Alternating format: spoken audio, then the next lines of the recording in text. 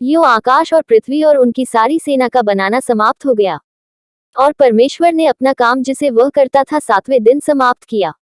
और उसने अपने किए हुए सारे काम से 7वें दिन विश्राम किया। और परमेश्वर ने 7वें दिन को आशीष दी और पवित्र ठहराया, क्योंकि उसमें उसने अपनी सृष्टि की रचना के सारे काम से विश्राम लिया।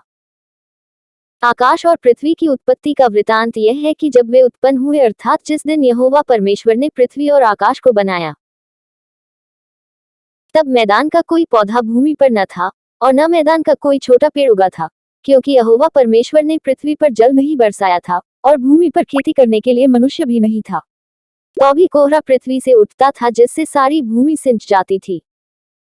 और यहोवा परमेश्वर ने आदम को भूमि की मिट्टी से रचा और उसके नथनों में जीवन का श्वास फूंक दिया, और आदम जीवता प्राणी बन गया। और यहोवा परमेश्वर ने पूर्व की ओर अदन देश में एक वाटिका लगाई, और वहां आदम को, जिसे उसने रचा था, रख दिया।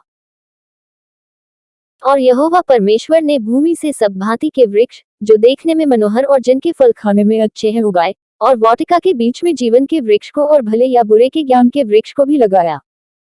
और उस वाटिका को सींचने के लिए एक महानदी अदन से निकली और वहां से आगे बहकर 4 धारा में हो गई। पहली धारा का नाम पीशोन है। यह वही है जो हवीला नाम के सारे देश को, जहां सोना मिलता है, घेरे हुए है। उस देश का सोना चोखा होता है, वहां मोती और सुलेमानी पत्थर भी मिलते हैं। और दूसरी नदी का नाम गीहोन है। यह वही है जो कूश के सारे देश को घेरे हुए है। और तीसरी नदी का नाम हिद्देकेल है। यह वही है जो अश्शूर के पूर्व की ओर बहती है। और चौथी नदी का नाम फरात है। तब यहोवा परमेश्वर ने आदम को लेकर अदन की वाटिका में रख दिया, कि वह उसमें काम करे और उसकी रक्षा करे। तब यहोवा परमेश्वर ने आदम को यह आज्ञा दी कि तू वाटिका के सब वृक्षों का फल बिना खटके खा सकता है, पर भले या बुरे के ज्ञान का जो वृक्ष है, उसका फल तू कभी न खाना, क्योंकि जिस दिन तू उसका फल खाए उसी दिन अवश्य मर जाएगा। फिर यहोवा परमेश्वर ने कहा, आदम का अकेला रहना अच्छा नहीं, मैं उसके लिए एक ऐसा सहायक बनाऊंगा जो उससे मेल खाए।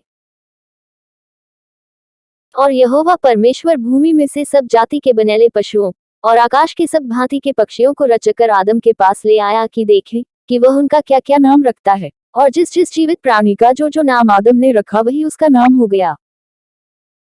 सो आदम ने सब जाति के घरेलू पशुओं और आकाश के पक्षियों और सब जाति के बनेले पशुओं के नाम रखे, परंतु आदम के लिए कोई ऐसा सहायक न मिला जो उससे मेल खा सके।